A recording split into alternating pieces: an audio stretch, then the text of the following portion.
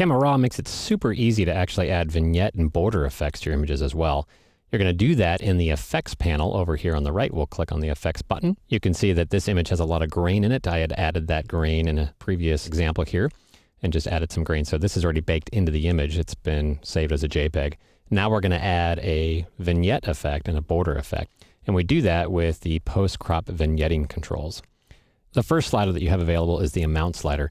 And you can either go to black or to white. So you have a range here. If I go obviously to the left, it's going to darken the corners of that image and kind of frame her in there. And if I drag it to the right, well, then I get a opposite effect. I get a light corners or white corners.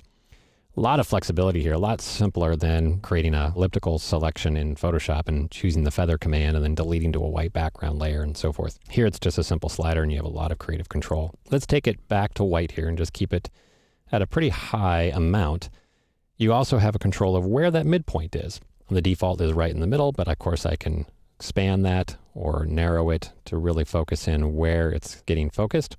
And then in addition to the midpoint, I actually can control how round or sharp the corners are. I can change the roundness to really extreme to make it more of a circular shape instead of oval, or I can take it all the way back down to the left. You can see I actually can start creating these interesting border effects instead of vignette effects.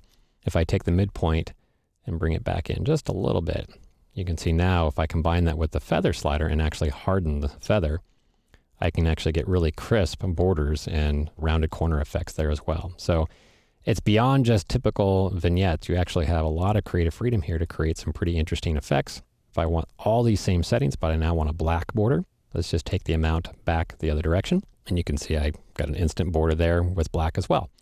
Maybe soften the feather just a little bit. Bring that in, change the midpoint. Again, you'll actually have a hard time stopping because it's just kind of fun to play with. And you have a lot of creative freedom to actually change this at any point to get just that border or vignette effect that you're looking for to frame your subject matter appropriately.